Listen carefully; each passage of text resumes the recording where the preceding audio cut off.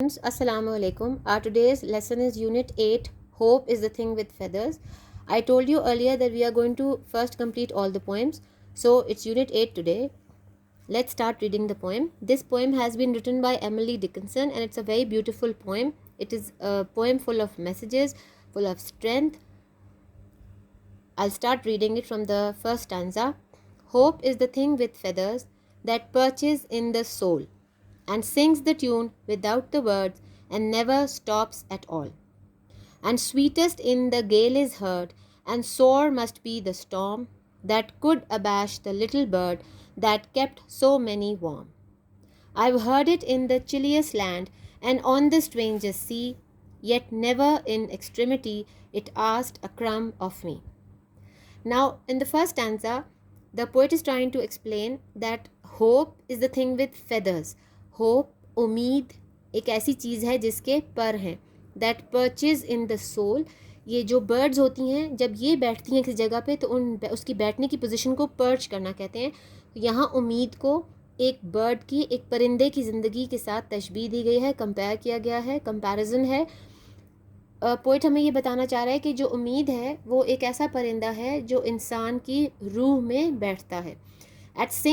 Eight sings the tune without the words and never stops at all. और वो एक ऐसा गाना गाता है जिसका सिर्फ सुर है, आवाज़ नहीं है. और उम्मीद इंसान को कभी भी नहीं ना छोड़ती है ना हमें छोड़नी चाहिए. Second stanza is and sweetest in the gale is heard. अब गेल का मतलब एक तेज़ हवा है और सबसे खूबसूरत आवाज़ अगर हवा में किसी चीज़ की होती है तो वो एक बर्ड के बोलने की होती है. एंड सोर मस्ट बी द स्टॉर्म. और बेशक तूफ़ान आया हो, बर्ड्स ना उम्मीद छोड़ती हैं ना कभी ना उम्मीद होती हैं और उनकी आवाज़ इन तूफ़ानों और तेज़ हवाओं में बहुत खूबसूरत महसूस होती है. That could abash the little bird that kept so many warm. अब वो यहाँ समझाना ये चाह रहे हैं कि जो बर्ड की ज़िंदगी है वो उम्मीद से भरपूर है. कंपेयर इसीलिए बर्ड को उम्मीद से किया गया है because the bird never loses hope. As soon as the storm ends the bird starts collecting food and building her nest again. She does not have any other option and she is full of hope because she knows that life has to go on. The last stanza is, I've heard it in the chilliest land and on the strangest sea, yet never in extremity it asked a crumb of me. Now the poet is here saying कि मैंने सबसे ठंडे इलाकों में, chilliest land is सबसे ठंडे इलाकों में, and on the strangest sea और सबसे अजीब समुद्रों में, yet never in extremity I asked a crumb of me. It asked a crumb of me. मतलब बर्ड कभी कुछ मांगती नहीं है, वो जो कुछ मेहनत करती है वो खुद करती है. Now about the poet, Emily Dickinson is considered as one of the most original 19th century American poet. She was born in Amherst, Massachusetts, to a family well known for educational and political activity. Her father was a lawyer and treasurer of the local college. Her mother was a religious, hard-working housewife. Emily was educated at Amherst Academy. She lived a secluded life. Her words have been a source of much comfort to the distressed hearts. Hope is such an example. She died at the age of 55. Now I'll read the summary to you. Hope is a thing with feathers. Its complete summary. This poem has been written by Emily Dickinson. She was an American poet. This poem, Hope is a Thing with Feathers, is a masterpiece of spiritual expressions about hope and its impacts on our mind. It was first published in 1891 and gained immense popularity due to its subject. Emily has presented hope as an ever-singing and selfless bird within the soul of a person. According to her, hope is a golden quality of human beings that shines even during adversity. Using it as a metaphor, she has highlighted the importance of being hopeful and optimistic. Dickinson also explains that only hope can help us to remain positive during extreme situations. The poet compares hope with a free and courageous bird that sings this wordless tune no matter what the situation is. This bird is a silent companion and continues to teach our soul to stay steadfast and hopeful regardless of all obstacles. Hope is everlasting and undefeatable. She compares human struggle within the storm and explains that hope serves as as a beacon of light in that storm. Hope has been personified to show its importance to the weak souls. Metaphor. Now I'll explain what a metaphor is.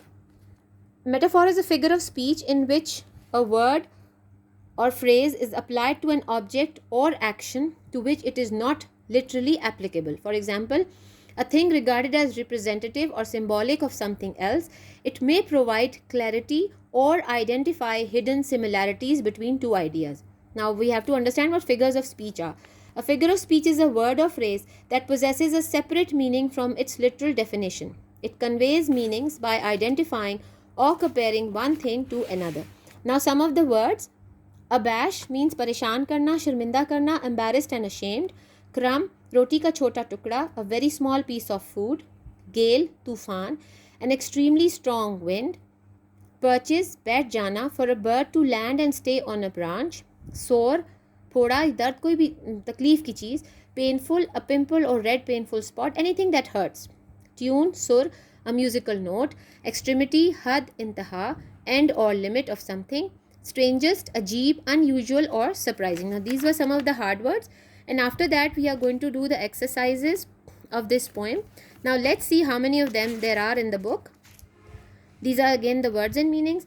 Then it says, read out the text and answer the following questions. First question is, what is the implicit and explicit meaning of the poem Hope is the Thing with Feathers? Now I'll give you the first answer.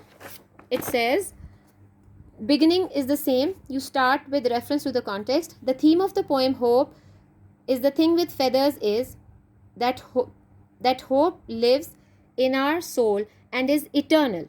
In times of greatest challenges, hope sustains us. Hope sustains us, keeping us warm. It endures under the most difficult circumstances, even under fear. I've read the wrong question. I think it is, what is the theme of the poem Hope is a Thing with Feathers? And the answer is, the theme of the poem Hope is a Thing with Feathers is that hope lives in our soul and is eternal. In times of greatest challenges, hope sustains us, keeping us warm. It endures under the most difficult circumstances, even under fear. Question 1 was, what is the implicit and explicit meaning of the poem? In this poem, the poetess Emily Dickinson tells us that hope is like a bird. This bird, like other birds, has the ability to fly and survive in the most unfavorable circumstances. In the explicit meaning or sense, the poetess means that hope sustains us in the most difficult situations and keeps us warm and satisfied. It encourages us to face the hardship bravely. Implicit and explicit literal meaning is, we are talking about a bird which is very hopeful, and explicit meaning is hope is being compared to a bird. The life of a bird in reality and the life of a bird in comparison to hope. Question number 3. How does the bird react to hardships in the poem Hope is a Thing with Feathers? The bird is never disheartened by hardships. It gives us strength and courage to face the adverse situations of life. It serves as a friend and a companion whose presence keeps one intact. It faces the hardships bravely and helps us without asking for something. It never asks for anything. Birds don't ask for anything. Next is question number 4. Discuss how hope and the thing with feathers are similar. What does the poem reveal about hope? Answer. In the poem Hope is a Thing with Feathers, hope is the subject and the metaphor of the bird is defining hope. Whatever is being said of the bird applies to hope of the bird, as bird lives in the nest and faces the severity of weather. Similarly, hope lives in human heart. It makes the life possible in the critical moments. Bird chirps and sings songs beautifully, and hope also sings. Its song is sweet and encouraging. It keeps on singing its song without any pause. It gives encouragement to the distressed hearts.